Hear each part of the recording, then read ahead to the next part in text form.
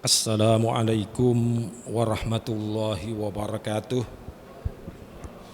Fa innal hamdalillahi nahmaduhu wa nasta'inuhu wa nastaghfiruh wa na'udzu billahi min syururi anfusina wa min sayyiati a'malina may yahdihillahu fala mudhillalah wa may yudlilhu fala hadiyalah. Asyhadu an la ilaha illallah wahdahu la syarikalah wa asyhadu anna Muhammadan abduhu wa rasuluhu la nabiyya ba'dah. Rabbi syrah li sadri wa yassir li amri wahlul 'uqdatam min lisani yafqahu qawli. Allahumma shalli ala sayyidina Muhammadin afdalas salawat wa anmal barakat wa azkat tahiyyat fi jami'il awqat ala asyrafil makhluqat sayyidina wa maulana Muhammadin akmali ahlil ardi was samawat wa sallim alaihi rabbana azkat tahiyyat fi jami'il khatarati wal lahadat amma ba'd. Alhamdulillah, pada kesempatan siang hari ini, siang yang penuh barokah, insyaallah kita masih bisa mengharap ridha Allah dengan sedikit banyak mengkaji ilmu-ilmu Allah yang telah diterapkan melalui Rasulullah Shallallahu Alaihi Wasallam yang kemudian diterjemahkan oleh ulama-ulama pada masanya, dan hari ini pikiran-pikiran ulama hasil ijtihad itu kita kaji bersama pada siang hari ini. Sebelumnya saya ingin bersama-sama membaca suratul Fatihah, mudah-mudahan barokah suratul Fatihahnya nanti akan bermanfaat kepada diri kita sendiri dan diri keluarga kita sendiri, terkhusus kepada pengelola Masjid Darul Ilmi PTIK di seluruh pengurusnya dan seluruh jamaahnya dan seluruh yang hadir di majelis ini dan yang sholat dan yang pernah sholat di dalamnya. Ila hadratin Nabi Mustafa Muhammadin sallallahu alaihi wasallam wa ila jami' ashabi wa dzurriyyatihi wa ikhwanihi minal anbiya wal mursalin jami'il awliya wa syuhada salihin wa tabi'in wal ulama wal musannifin jami'il malaikatil muqarrabin sallallahu alaihi hadratir rahmanillah syahr jab subhidib sallallahu alaihi hadratir rahmanillah syekh Muhyiddin Abdurrahman Muhammad Az-Zanjibari sallallahu alaihi hadratir syekh Muhammad Tamakin madana salam guru kabikum mutan falah daris ma'asmata'in wal muassis madaris ma'atalin falah khususan mu'allif hadal kitab wa ila hadratin Nabi Mustafa al-Fatihah. A'udzu billahi minasyaitonir rajim. Bismillahirrahmanirrahim. Alhamdulillahi arrahmanir rahim. Maliki yaumiddin. Iyyaka na'budu wa iyyaka nasta'in. Ihdinas siratal ladzina an'amta alaihim. Amin. Alhamdulillah. Kesempatan hari ini insyaallah kita akan mengkaji 3 pasal. Pasal yang pertama terkait perkara-perkara yang bisa membatalkan wudhu kita. Kalau wudhu kita sudah batal, maka sholat kita tidak sah. Itu penting untuk kita pelajari apa yang kira-kira dapat membatalkan wudhu, sehingga sholat kita bisa sempurna. Itu pasal yang pertama. Kemudian pasal yang kedua, insya Allah nanti juga akan membahas tentang hukum istinja. Hukum untuk membersihkan diri dari baul, dari hadas kecil yang keluar dari dubur maupun dari kubul. Artinya apa? Sesuatu yang kalau kita melakukan ke kamar kecil, baik BAB maupun yang selain BAB di kamar kecil, itu membatalkan wudhu, dan itu perkara-perkara itu bagaimana cara mensucikannya. Itu pasal yang kedua. Kemudian pasal yang ketiga yaitu tentang syarat untuk melaksanakan sesuatu yang dijalankan dengan toharoh, yaitu dengan cara mandi. Mandi apa saja yang kira-kira diwajibkan. Kalau belum mandi, maka karena ini hadas besar, maka sholatnya tidak sah. Mandi-mandi apa saja. Ini karena kepentingan kita untuk melaksanakan kewajiban sholat, ketiga-tiganya ini sangat terkait, insya Allah akan kita kaji satu pasal dengan pasal yang lainnya. Mudah-mudahan kita bisa memahami dari ketiga pasal yang ditulis di dalam mu'allif kitab ini. Yang pertama terkait masalah perkara-perkara yang membatalkan wudu. Faslun wa yanqudul wudu'a ma kharaja minas sabilaini ghairal maniyyi wa massu qubulil adamiyyi au halqati duburihi bi batnil kaffi bila hailin walamsu basyaratil ajnabiyati ma'akibarihi wa zawalul akli la naumu qaidin mumakkinin maq'adatahu. Jadi ada 4 hal yang bisa membatalkan wudu, itu 4 hal. Apa itu 4 hal? Yang pertama adalah ma kharaja minas sabilaini ghairal maniyyi. Segala sesuatu yang keluar dari barang kita yang di depan dan barang kita yang di belakang, dari kubul maupun dari dubur. Apapun yang keluar, baik itu berupa perkara-perkara yang basah maupun yang keluarnya itu perkara-perkara yang tidak basah. Perkara yang basah, misalkan air kencing, itu keluar dari perkara yang basah. Perkara yang tidak basah, apapun yang keluar, baik itu keluar berupa barang, berupa air maupun berupa angin, kentut misalkan, itu keluar. Apapun yang keluar dari dubur maupun dari kubul, dari pintu depan maupun pintu belakang di antara kita semuanya, ini bisa membatalkan wudu. Kecuali yang keluar itu adalah sperma. Kenapa kalau sperma justru tidak membatalkan wudu? Justru kalau sperma ini memang tidak membatalkan wudu, tetapi dia adalah hadas besar. Hadas besar bisa dijalankan dengan cara melaksanakan bukan hanya sekedar wudu, tetapi harus mandi wajib, mandi besar. Itu kalau yang keluar adalah sperma. Selain daripada itu, apapun yang keluar dari jalan depan maupun jalan belakang itu bisa membatalkan wudu, dan caranya agar bisa kembali melakukan wudu harus dijalankan, dibersihkan sebersih-bersihnya, baru kemudian menjalankan wudu kembali. Setelah itu baru menjalankan sholat menjadi sah. Itu yang pertama.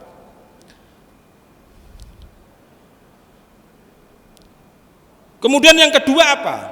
Yang kedua adalah wa massu qubulil adamiyyi au halqati duburihi bi batnil kaffi bila hailin. Apa maksudnya? Menyentuh kubul adami, anak Adam, menyentuh daging yang melekat di dalam diri laki-laki maupun diri perempuan yang di depan, itu disentuh burungnya lah, katakanlah gitu. Burung laki-laki disentuh atau milik perempuan disentuh. Apakah itu yang disentuh itu orang yang hidup maupun orang yang sudah meninggal, itu tetap bisa membatalkan wudu. Jadi kalau kita misalkan memandikan orang yang sudah meninggal, kita telah memiliki wudu, dan orang meninggal itu wajib dimandikan, dan kita menyentuh barang milik laki-lakinya orang yang meninggal itu ataupun barang milik perempuan si mayat itu, maka kita juga batal wudunya. Baik yang masih hidup, baik yang sudah meninggal, baik itu adalah milik kita sendiri yang kita sentuh, baik yang kita sentuh adalah milik orang lain, baik yang kita sentuh orang kecil, baik yang kita sentuh orang besar. Seluruhnya kalau kita menyentuh milik barang laki-laki maupun barang perempuan, itu dapat membatalkan wudu. Bahkan di dalam kitab klasik bukan hanya itu. Kalau seseorang memiliki bukan hanya anak jenis manusia, sejenis jin. Jin itu ada yang laki-laki, ada yang perempuan. Kalau orang merawat jin, laki-laki maupun perempuan, kemudian seorang yang merawatnya itu menyentuh barang milik jin laki-laki maupun jin perempuan pun itu juga dapat membatalkan wudhu kalau dia sebelumnya melaksanakan wudhu. Jadi itu menjadi penting kita sampaikan di sini, baik itu sengaja maupun baik itu tidak sengaja. Kalau kemudian kita melaksanakan wudhu, kemudian kita menyentuh milik kita dengan sengaja atau milik orang lain dengan sengaja ataupun tanpa sengaja, itu tetap membatalkan wudhu. Itu yang kedua. Jadi yang pertama tadi, segala sesuatu yang keluar daripada milik kita laki-laki ataupun milik kita perempuan, baik dari jalan depan maupun jalan belakang, apapun itu yang keluar selain sperma itu membatalkan wudhu. Lah kalau sperma bukan hanya membatalkan wudhu, tetapi dia harus mandi wajib, mandi besar untuk berproses menjadi suci kembali. Itu namanya hadas besar. Selain sperma berarti hadas kecil. Hadas kecil bisa dilaksanakan untuk menghilangkannya cukup dengan wudhu. Kalau hadas besar dengan mandi. Itu yang kedua. Kemudian yang ketiga apa? Walamsu basyaratil ajnabiyati ma'akibarihi. Ini indas Syafi'i. Ini nanti yang ketiga ini ada beberapa madhab imam yang berbeda-beda pendapat, tetapi justru perbedaan ini akan menjadikan rahmat bagi kita semuanya sebagai seorang muslim. Yang ketiga apa ini yang menjadi perbedaan di antara ulama-ulama madhab, antara madhab Syafi'i, madhab Hambali, madhab Maliki, dan madhab Hanafi. Itu berbeda-beda. Yaitu yang ketiga ini. Walamsu basyaratil ajnabiyati ma'akibarihi. Menyentuh kulit perempuan yang tidak menjadi mahramnya, yang sudah sama-sama besar. Seorang laki-laki menyentuh bersentuhan kulit dengan perempuan yang sudah besar, menurut madhab Syafi'i, tanpa terkecuali meskipun dia tidak dengan syahwat, kalau sudah sama-sama besar dan itu tidak mahram, jadi laki-laki dan perempuan, yang perempuan itu boleh dinikahin, itu kemudian bersentuhan, maka itu adalah batal wudhunya. Tetapi kalau perempuan ini tidak boleh dinikahin, seorang bapak memiliki anak perempuan, anak dan bapak tidak boleh menikah, anak dan bapak atau saudara laki-laki dan saudara perempuan ini tidak boleh menikah untuk dinikahin maksudnya, maka menyentuhnya tidak batal karena masih family. Yang batal adalah laki-laki dan perempuan yang boleh dinikahin, sama-sama besar, menyentuh kulit dengan kulit yang lainnya, ini bisa membatalkan. Lah kalau kemudian ada kejadian-kejadian kita kemudian ketika tawaf, ihram ataupun haji bagaimana? Nah, ini menjadi manfaat bagi seluruh jamaah muslim di seluruh dunia. Oleh karenanya ada satu pendapat yang namanya Syafi'iyah, pengikut Imam Syafi'i, itu mengatakan bahwa menyentuh kulit antara laki-laki dan perempuan, yang perempuan itu boleh dinikahi oleh seorang laki-laki itu, misalkan suami istri, istri bisa dinikahin seorang laki-laki, kemudian sudah sama-sama dewasa dan menyentuh, itu batal menurut pendapat jumhur ulama dari kalangan Asy-Syafi'iyah. Tetapi ada pendapat yang lain, meskipun sumbernya sama, Sumbernya itu dari sebuah hadis Nabi yang kira-kira kalaupun hadis itu salah satu hadis, tetapi hadis ini bisa dimaknai dengan beragam pendapat ahli hukum Islam. Jadi kalau pendapat ahli hukum satu redaksi bisa mencerminkan pendapat yang berbeda.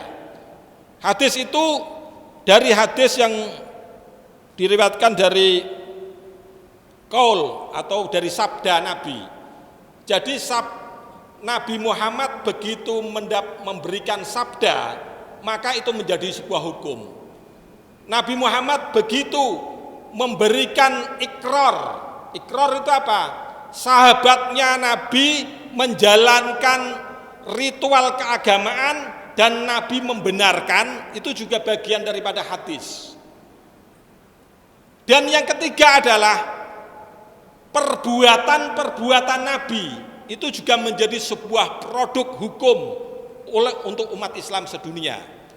Ini yang disandarkan adalah sabda daripada Nabi Muhammad SAW yang diriwayatkan dari An Habib ibni Abi Sabit an Urwah an Aisyah radhiyallahu anha anna Nabi sallallahu alaihi wasallam qabbala ba'da nisaihi summa kharaja ila sholati walam yatawadda, rawahu Tirmidzi wa Ibnu Majah wa Dawud wa Baihaqi.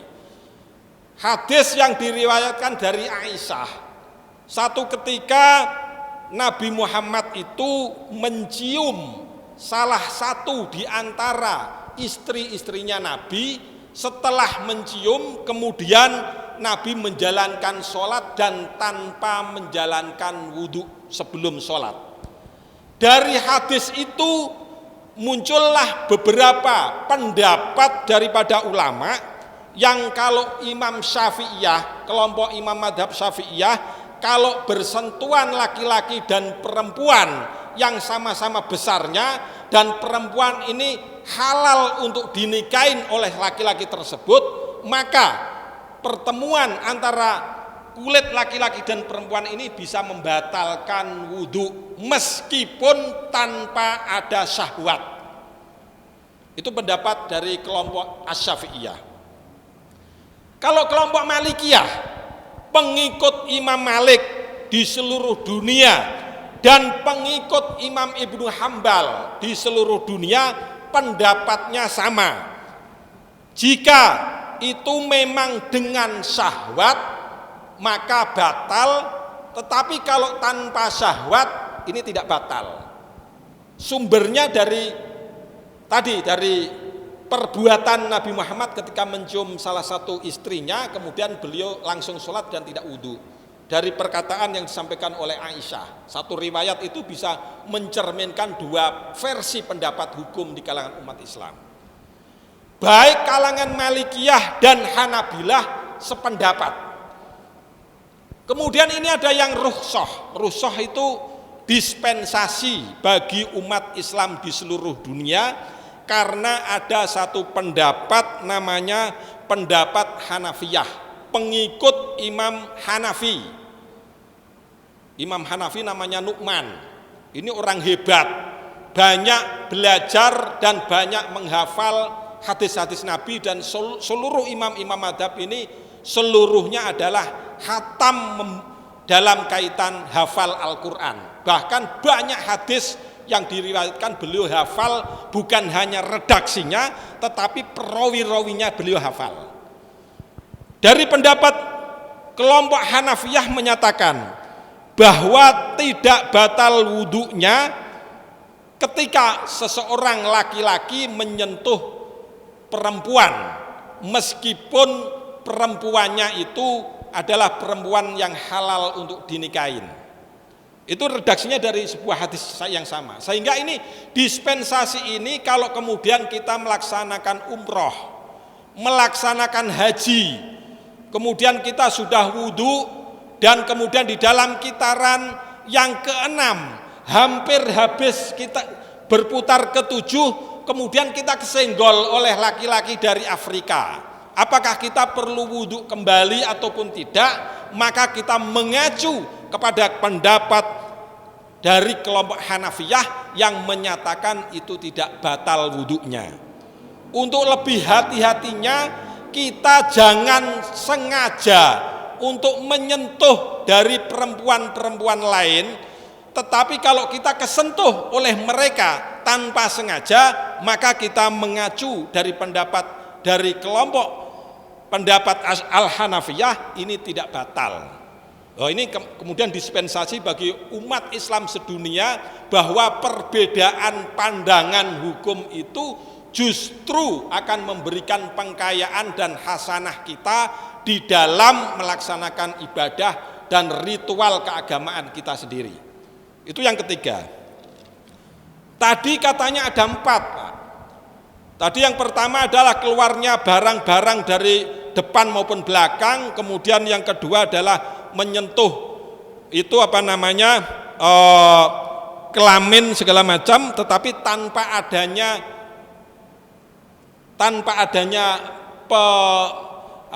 pemisah. Kalau menyentuhnya itu dengan menggunakan ha'il. Ha'il itu apa? Pemisah. Dengan menggunakan baju, dengan menggunakan, misalkan dokter akan menyuntik menggunakan sarung tangan, itu tidak batal. Kalau kemudian misalkan contohnya gimana Ustaz? Misalkan ada seseorang kemudian tangannya ini muncul banyak rambut banyak di telapak jari tangan kita ke depan ini, kemudian kita menyentuh, itu batal atau tidak? Laki-laki dan perempuan itu tidak dianggap sebagai penghalang. Artinya kalaupun ada laki-laki maupun perempuan tangannya muncul banyak rambutnya yang banyak sekali, kemudian menyentuh, itu tetap batal karena itu dianggap bukan sebagai penghalang. Kalau ada penghalangnya tidak batal.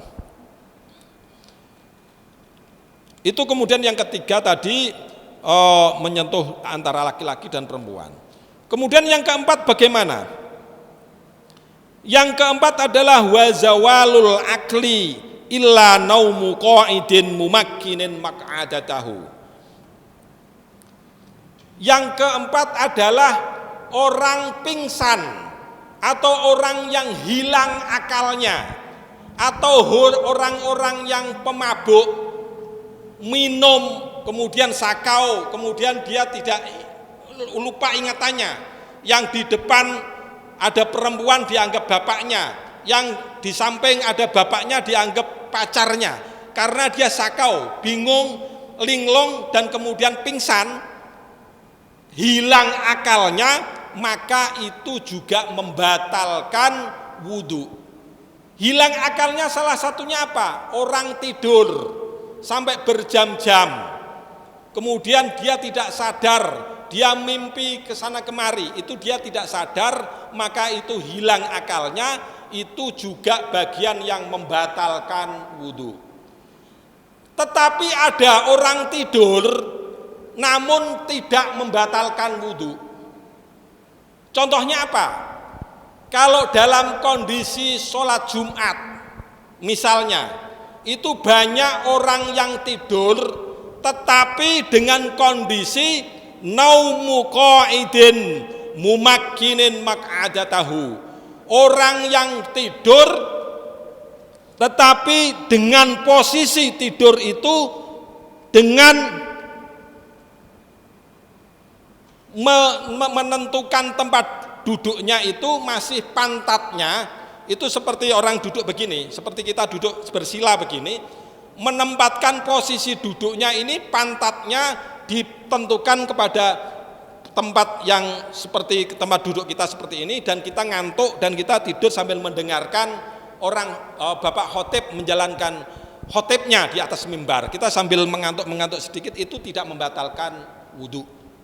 Maka orang yang kalau sholat Jumat itu, kalau kemudian ada orang yang ngantuk-ngantuk kemudian dia langsung sholat, itu masih sah.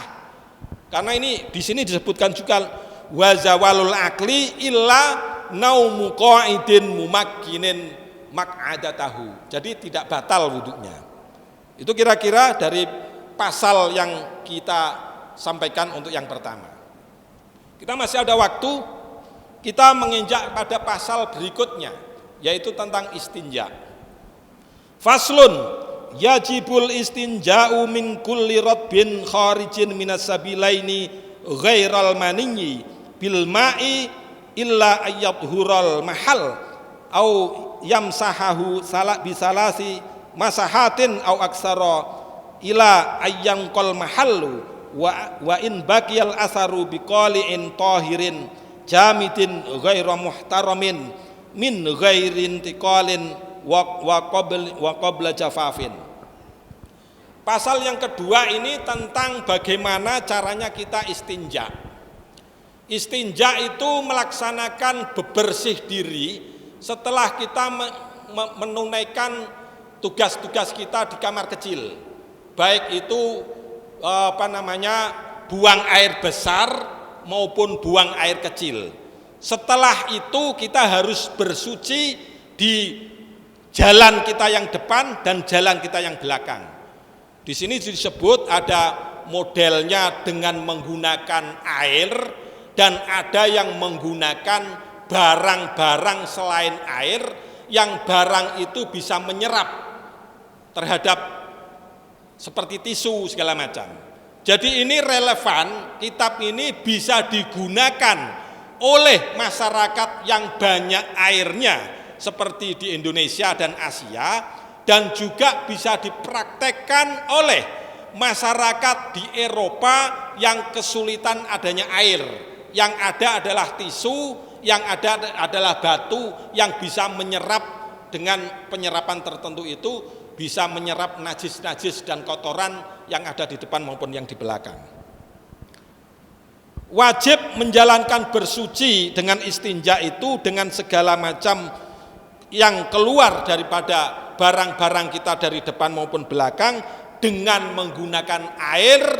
Itu untuk masyarakat yang memang banyak air seperti di Indonesia, apalagi di Jakarta banyak musim hujan dan banyak air. Ini alhamdulillah kita bisa bersuci sampai tuntas dan sampai bersih sebersih-bersihnya. Di negara-negara yang kekurangan air, maka bisa digunakan istinja itu dengan menggunakan barang apapun yang barang itu bukan barang yang dimuliakan. Contohnya adalah tisu, contohnya adalah batu dan benda-benda lain yang bisa menyerap dari kotoran-kotoran yang ada. Kalau kemudian yang dipakai adalah barang-barang yang bisa menyerap tetapi barang yang bisa dimakan, bisa dimanfaatkan, bisa barang yang dimuliakan. Contohnya misalkan roti. Boleh enggak itu roti?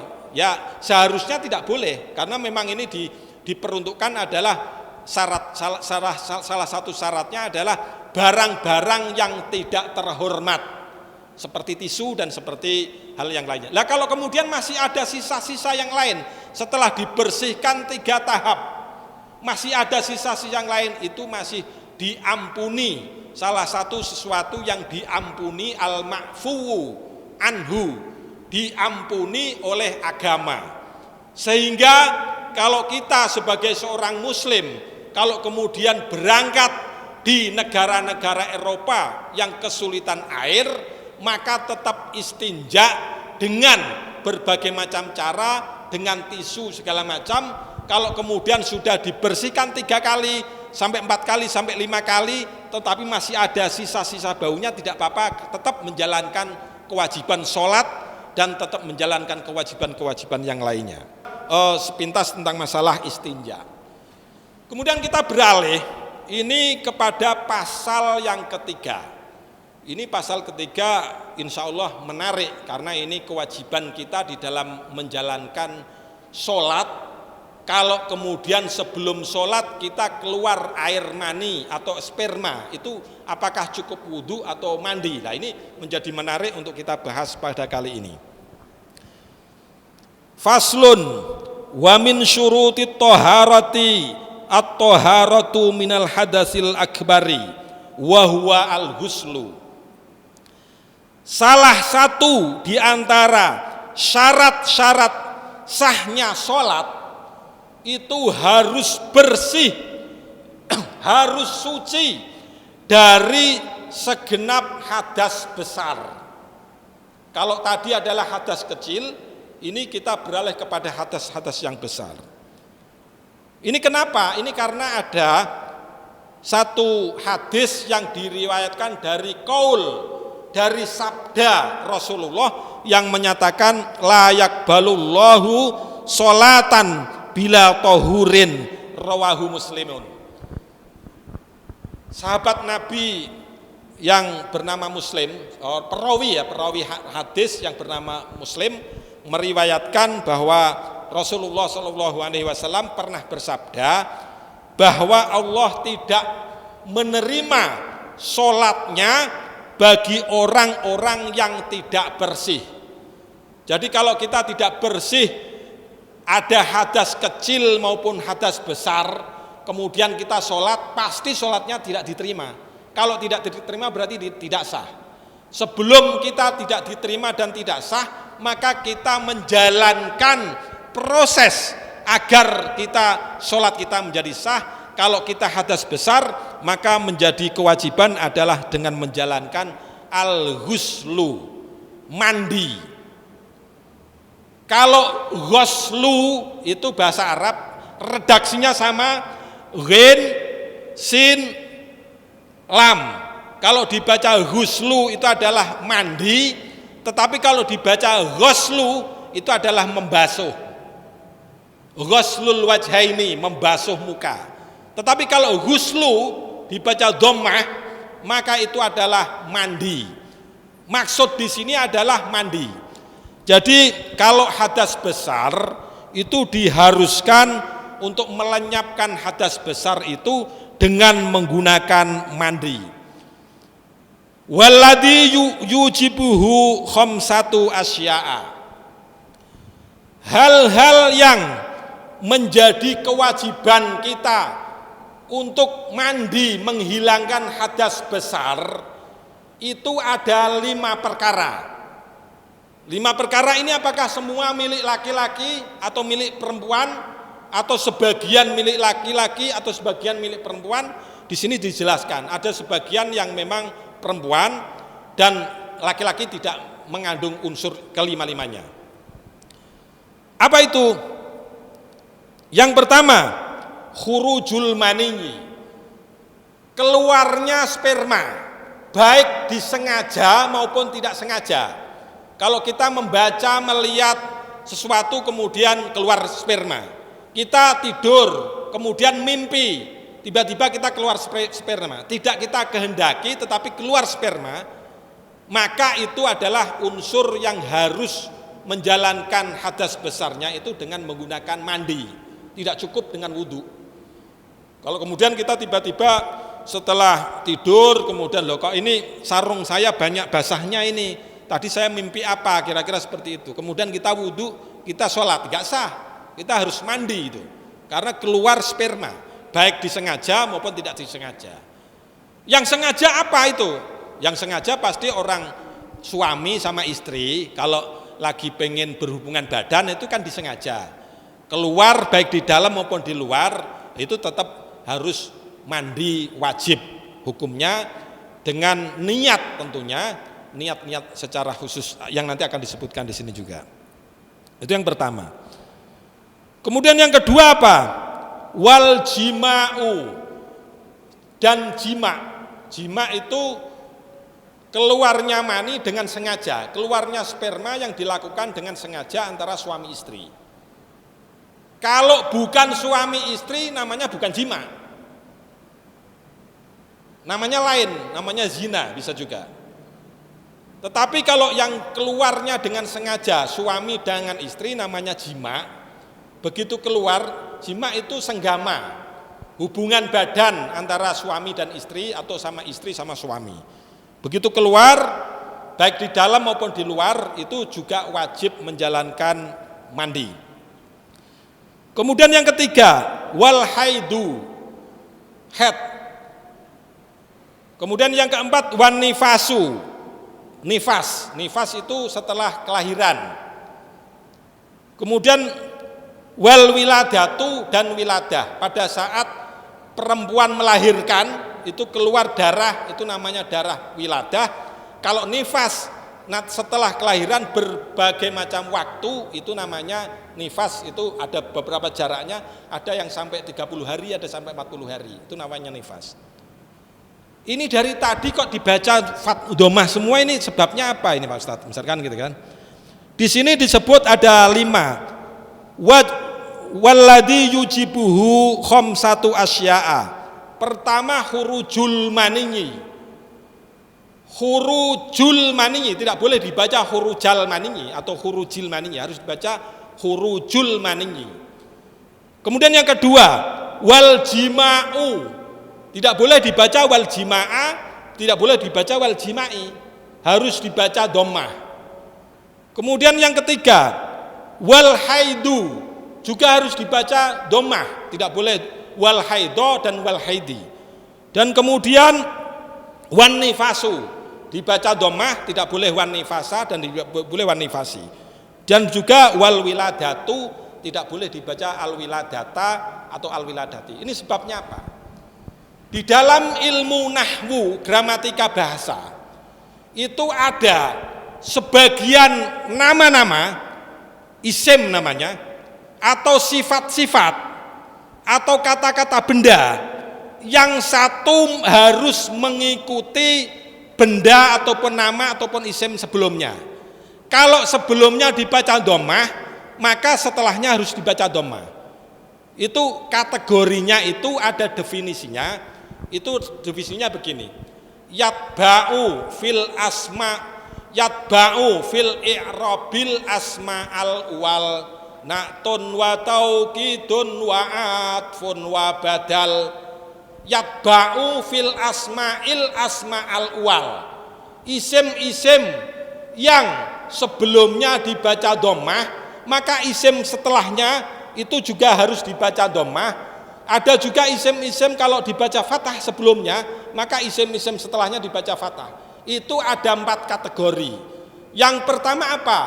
Na'tun, wa taukidun, wa atfun, wa badalun. Ada 4 kategori. Lah di sini nama al-jima'u wal haidu wan nifasu wal wiladatu, ini maksudnya ini apa? Kok kemudian dibaca ngikutin redaksi-redaksi sebelumnya? Karena ini ada, dibuktikan ada huruf yang menjadi perantara, namanya wawu. Kalau huruf berarti ini bukan naat, bukan taukid, dan bukan badal, tetapi ini adalah atap. Atap nasak itu ada huruf-huruf tertentu, ketika huruf itu disambungkan, maka kata-kata yang di setelah huruf itu harus mengikuti kata-kata sebelumnya. Wal haidu, wan nifasu, wal jima'u, wal wiladatu, harus mengikuti. Huruf-huruf itu apa saja hurufnya? Huruf atap nasak itu disebut, ini sengaja saya membawa kitab kecil, ini kitab sederhana, ini kitab yang konon saya mendapatkan kabar adalah dibawa oleh Syekhona Khalil Bangkalan dan kemudian dipelajari di hampir seluruh pesantren di Indonesia. Bahkan hari ini Universitas Al-Azhar masih mengajarkan kitab kecil sederhana ini, tetapi ini karya monumental seorang ulama dari Andalusia, Spanyol, saat itu, yaitu namanya Ibnu Malik. Di sini disebut ada beberapa kriterianya. Talin biharfin mutbi'in atfan nasak kahsus biwuddin wasanain mansodak. Kalau atap nasak itu atap yang diperbantukan dengan adanya huruf-huruf tertentu. Apa itu hurufnya? Fal atfu mutlaqan biwawin wa summa fa hatta am au kafi kasidkun wa wafa wa utbi'at lafdon fahasbu bal wala lakin kalam yabdum ru'un lakin tola. Ada huruf-huruf yang mutlak sifatnya, baik hukumnya maupun i'rabnya. Huruf-huruf tertentu ini apa? Huruf tertentu ini yang di sini disebut fal atfu mutlakon, atap yang dengan huruf mutlak. Artinya apa? Hukumnya dan i'rabnya harus semuanya sama antara yang diikuti dan yang mengikuti. Itu hurufnya apa? Di sini biwawin, summa, fa. Jadi kalau ada redaksi-redaksi dalam Al-Quran, ada huruf wawu, ada huruf summa, ada huruf fa, huruf hatta, huruf am, huruf au, itu berarti mengikuti bukan hanya sekedar i'rabnya, tetapi mengikuti sekaligus hukum-hukumnya. Ada huruf-huruf yang hanya mengikuti dari segi lafdonnya. Wa utbi'at lafdon fahasbu bal wala lakin kalam yabdum ru'un lakin tola. Huruf 3 berupa bal, berupa la, dan berupa lakin ini memang bisa mengikuti, tetapi hanya sebatas mengikutinya i'rabnya saja, bukan hukum-hukumnya. Kemudian kalau dikaitkan dengan redaksi ini bagaimana, Bapak kira-kira? Redaksi di sini huruf wawu mengikuti hukum dan i'rab sebelumnya. Itu artinya bagaimana? Wa min syuruti sholati at-thaharatu minal hadasil akbari wa huwal huslu walladhi yujibu khamsatu asya'a. Ada 5 kategori yang kita wajib untuk mensucikan diri dengan menjalankan mandi. Jadi hukum mandi, baik yang berasal daripada keluarnya sperma dan mandi yang berasal daripada hubungan badan, dan mandi dengan akibat adanya haid, dan mandi dengan akibat adanya nifas, dan mandi dengan adanya wiladah melahirkan, maka hukumnya sama, niatnya sama, dan hal-hal yang lainnya bersifat sama. Itu maksudnya begitu. Maksudnya dengan redaksi huruf wawu dengan summa dan au dan hatta tadi sifatnya adalah mengikuti secara presisi, secara lahir batin, baik i'rabnya maupun hukum-hukumnya. Lah hukum mandi bagaimana? Hukum mandinya sendiri ini bagaimana tata caranya? Wa furudul ghusli isnani. Kalau orang menjalankan wajib mandi itu harus dengan kriteria 2 hal. Yang pertama, niyatu raf'il hadasil akbari wa nahwiha. Harus dengan meniatkan diri bahwa saya mandi wajib. Lil raf'il hadasil akbari boleh, wa nahwiha, dan dengan niat yang lainnya tetapi maknanya sama. Apa itu niatnya?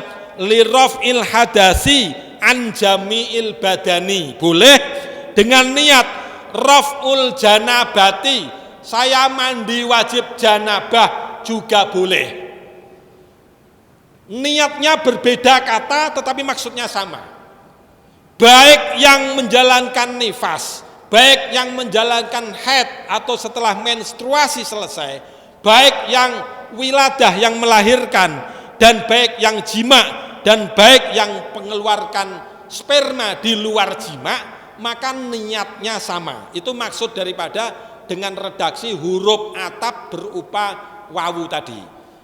Berupa wawu itu sifatnya bukan hanya yang pertama rafa atau domah, kemudian ngikutin domahnya, tetapi sekaligus hukum-hukumnya.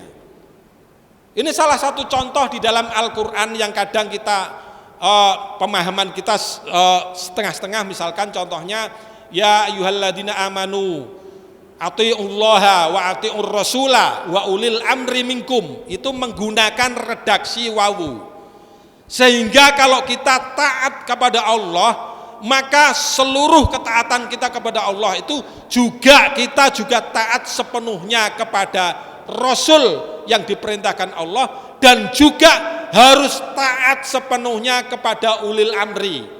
Tidak hanya mengikuti hanya taat kepada Allah, mengikuti taat kepada Rasul, tetapi untuk ulil amri, untuk kepada pemerintah kita taatnya setengah-setengah.